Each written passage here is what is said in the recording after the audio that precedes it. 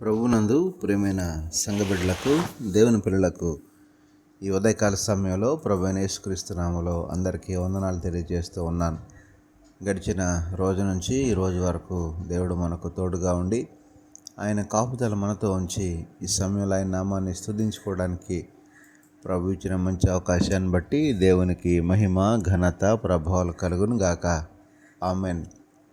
అనుదిన వాక్యాహారం ద్వారా ఈరోజు దేవుడు మనకిస్తున్న వాక్య వాగ్దానం, నా ప్రభువా, నీ ఆశీర్వాదము నుండి నా కుటుంబము నిత్యము ఆశీర్వదింపబడును గాక అని సమూయేలు 2వ గ్రంథం 7వ అధ్యాయం 29వ వచనంలో మనం చూస్తూ ఉన్నాం.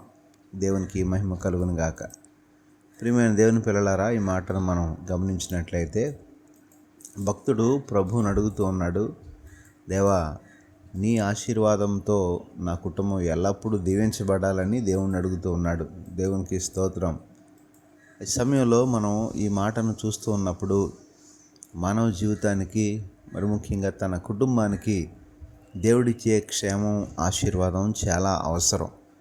దేవుడిచ్చినటువంటి ఆ దీవెన, ఆ ఆశీర్వాదం ఎల్లప్పుడూ నిత్యము నాపై ఇదే రీతిగా ఉండునట్లుగా, నీ ద్వారా నేను ఎల్లప్పుడూ దీవించబడినట్లుగా నన్ను దీవించు ప్రభా, నన్ను జ్ఞాపకం చేసుకో ప్రభా అని భక్తుడు మాట్లాడుతున్నటువంటి విధానాన్ని మనం చూస్తే, భక్తుడు దేవుని మీద ఎంతగా ఆధారపడ్డాడో, దేవుని యందు ఎంత విశ్వాసం ఉంచాడో, దేవుని మీద ఎంత విధేయతతో జీవిస్తూ ఉన్నాడో ఈ మాటను బట్టి మనకు అర్థమవుతుంది. ఈనాడు మన జీవితాల్లో కూడా ప్రభు మీద విశ్వాసం ఉంచితే, ప్రభు మీద అనుకుంటే దేవుడు ఎప్పుడూ ఆశీర్వదిస్తాడు.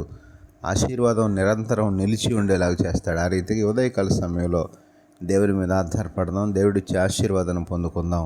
అట్టి కృప ఈరోజు దేవుడు తన పిల్లలమైన మనందరికీ దయచేయను గాక.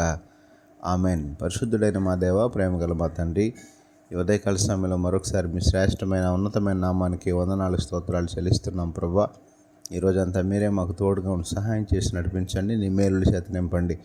ఈరోజు పుట్టినరోజు, పెళ్లిరోజు జరుపుకుంటున్న బిడ్డలు ఎవరైతే ఉన్నారో వారందరినీ పేరు పేరున దీవించి ఆశీర్వదించమని యేసు పరిశుద్ధ నామమున అడిగి వేడుకొనుచున్నాం తండ్రి. ఆమెన్.